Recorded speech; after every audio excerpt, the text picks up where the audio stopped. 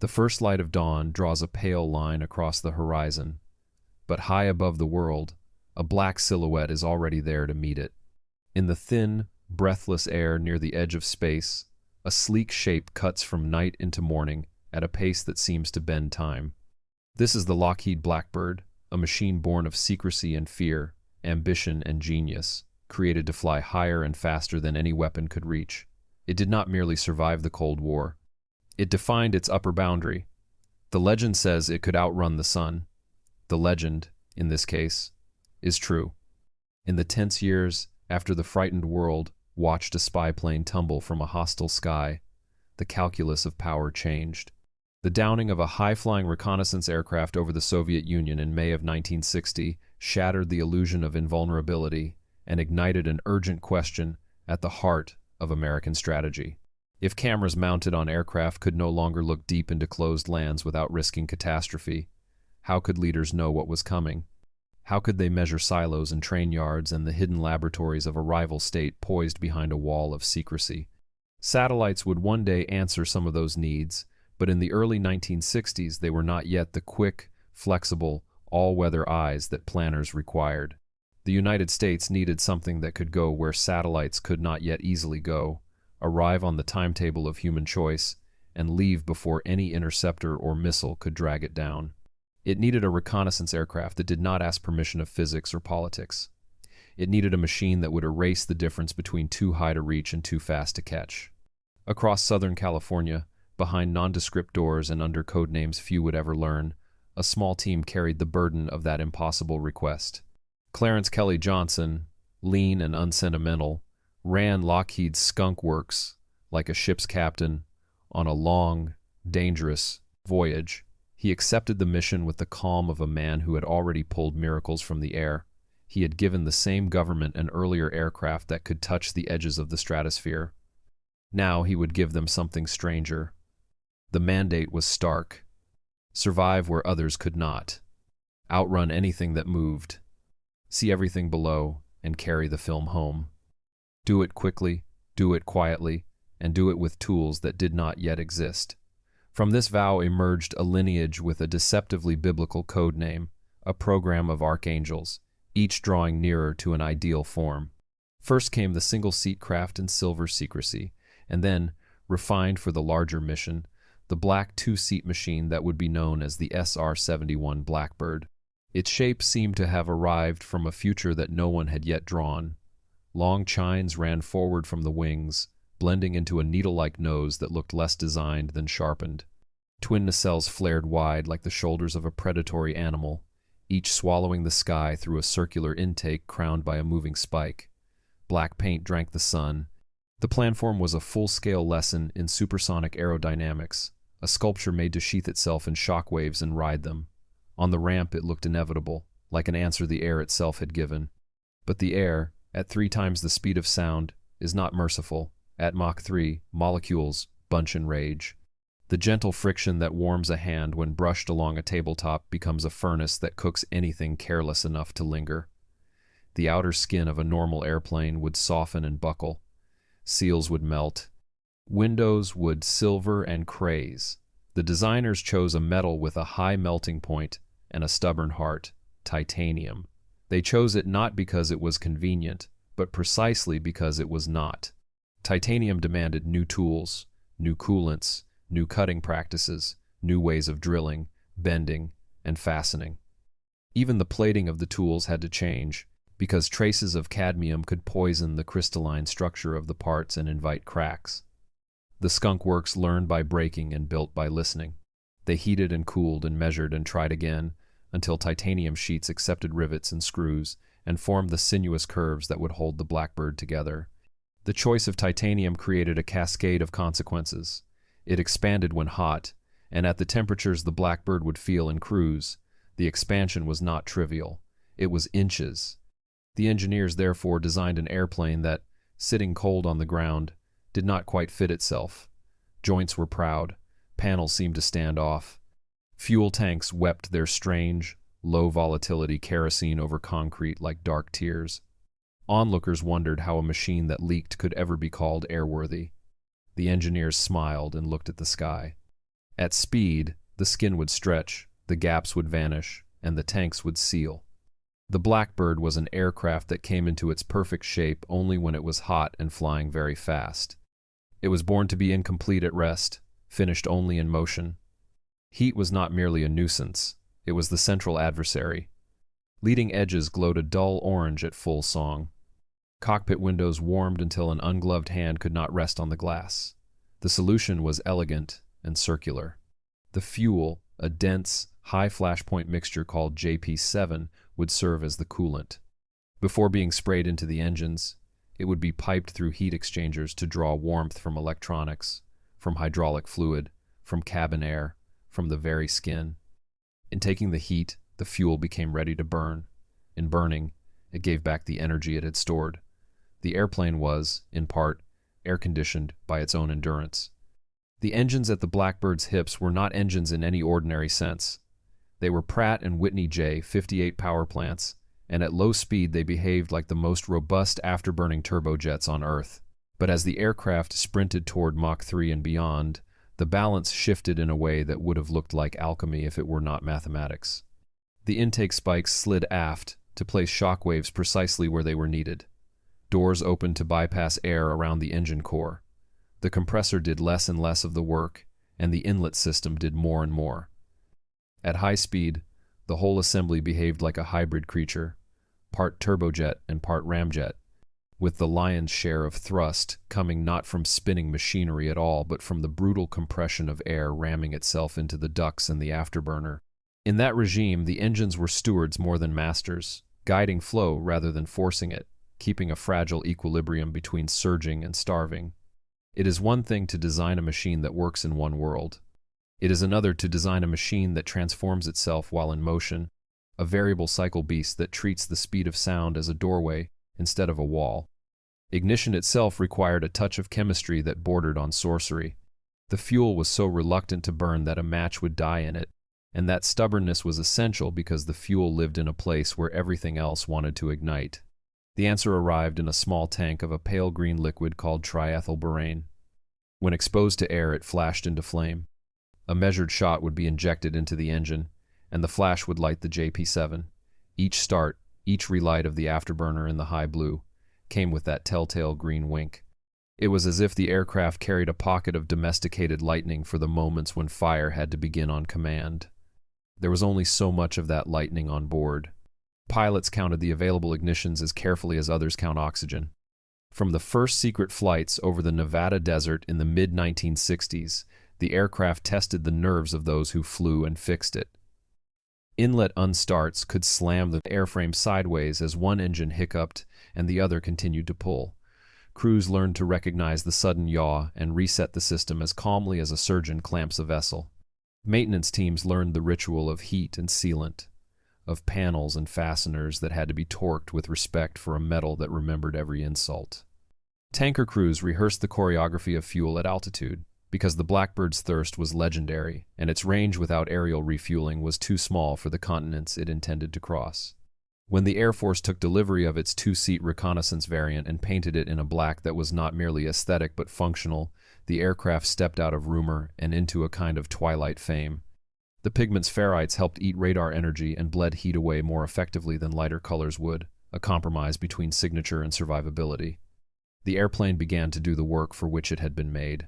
It watched shipping lanes and missile fields. It traced rail lines and air defense radars. It mapped battlefields and borders in Southeast Asia and the Middle East. It flew along margins of forbidden airspace, sometimes overstepping by the thinnest of margins when necessity dictated, and it brought its film home. On the ground, it left impressions and questions. In the air, it left contrails so far above ordinary traffic that passengers on commercial flights mistook them for scratches on glass, and on the scopes and towers below, it left frustration. Batteries armed, missiles rose, and guidance officers tracked a target that refused to behave like other targets. The mathematics were simple and cruel. By the time a surface-to-air missile climbed to the thin air where the Blackbird worked, the aircraft had already moved far downrange. To hit it required anticipating where it would be, not where it was, and to do that required reaction times that ground crews rarely achieved against a machine that covered miles in heartbeats. The aircraft carried no guns, no bombs, and in its early years almost no electronic self-defense. It relied on the same strategy that keeps a stone from sinking in running water. Move faster than the threat can adapt. Do not be present when harm arrives. The men who flew it dressed not like traditional aviators, but like astronauts. The suits were thick, pressurized, and tethered to cooling. They breathed pure oxygen before flight to flush nitrogen from their blood, a ritual against the treachery of bends and bubbles.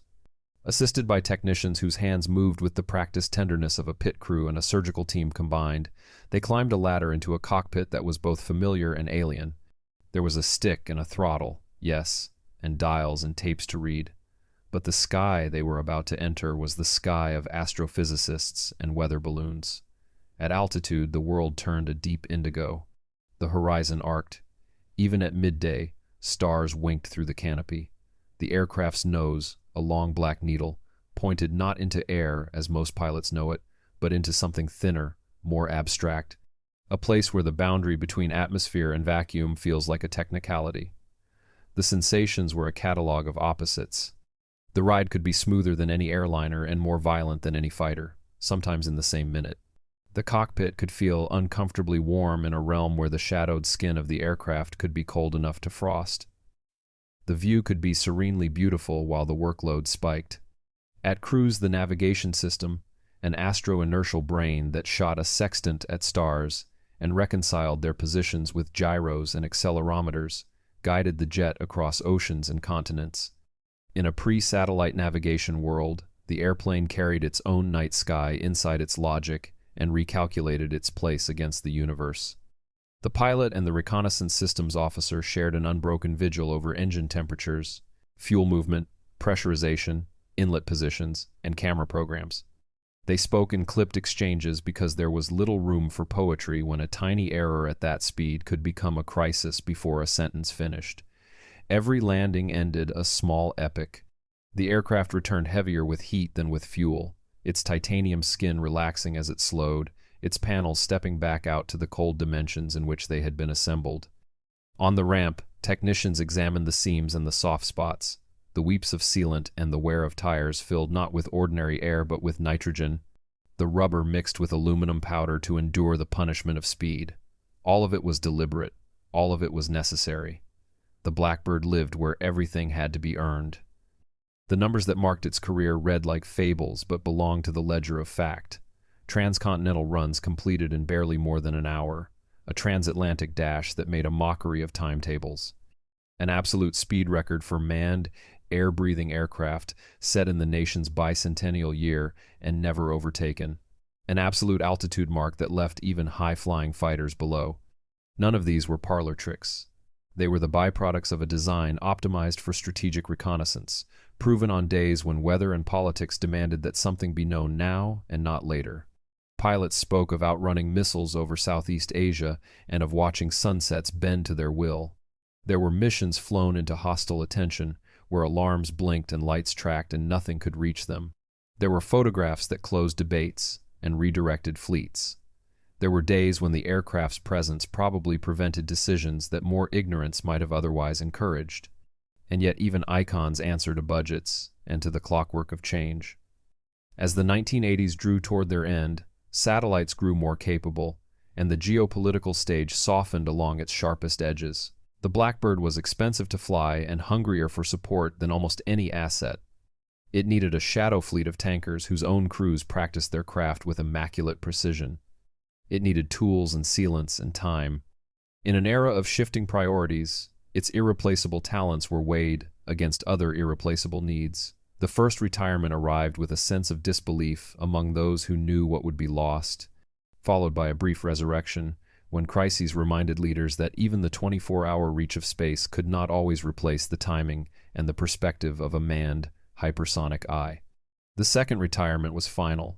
The aircraft taxied into history, engines cooled, and museum floors received a weight that once belonged to the upper air.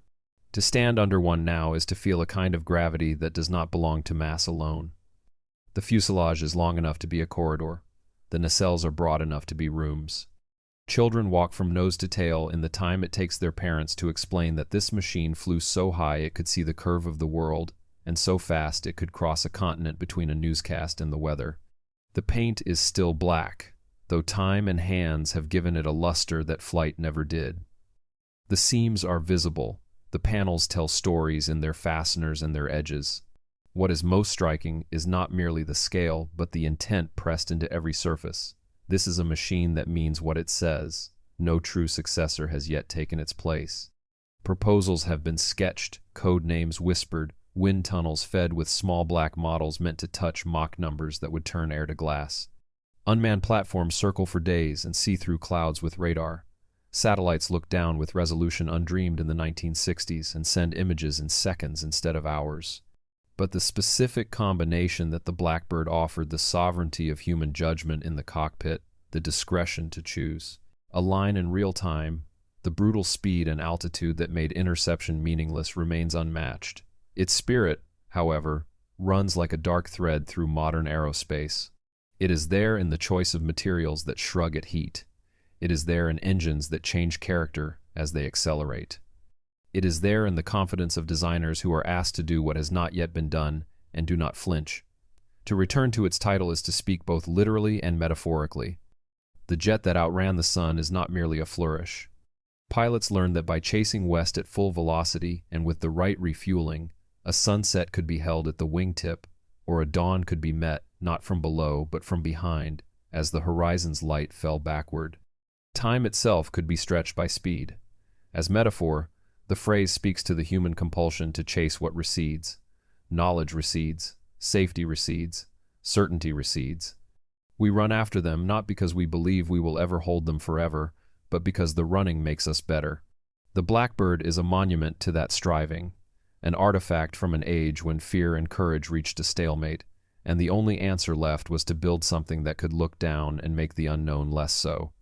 The men and women who touched this program, the pilots who wore black suits and breathed cold air from hoses, the reconnaissance systems officers who tended the stars inside their instruments, the tanker crews who guided a fuel boom toward a shadow at night, the engineers who wrote equations that became ribs and spars, the machinists who watched for hairline cracks in an unforgiving metal, the maintainers who learned the liturgy of sealant and torque, all of them built a cathedral in motion. Its liturgy was speed. Its hymn was the thrum of two engines shifting from turbojet certainty to ramjet ferocity. Its stained glass was a canopy through which a pilot could see stars at noon.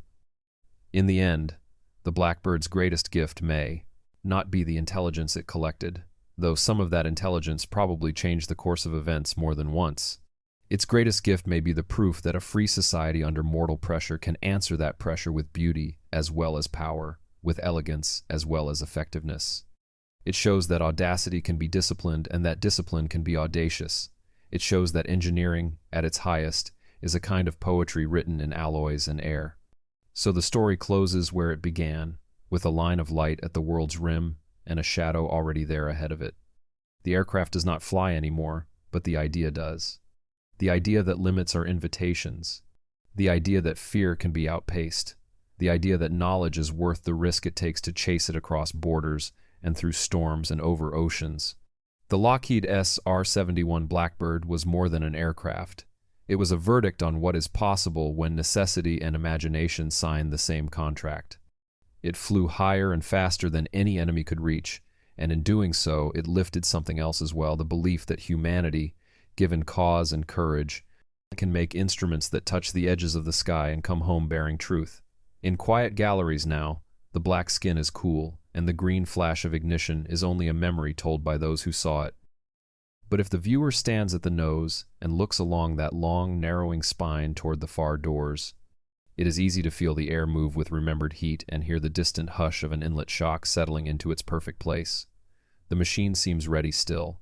It seems a breath away from tipping forward into a run, and perhaps that is what its legacy truly is, not that it outran the sun, but that it invites those who come after to run toward it, to turn friction into fire and fear into flight, and to keep climbing until the horizon curves.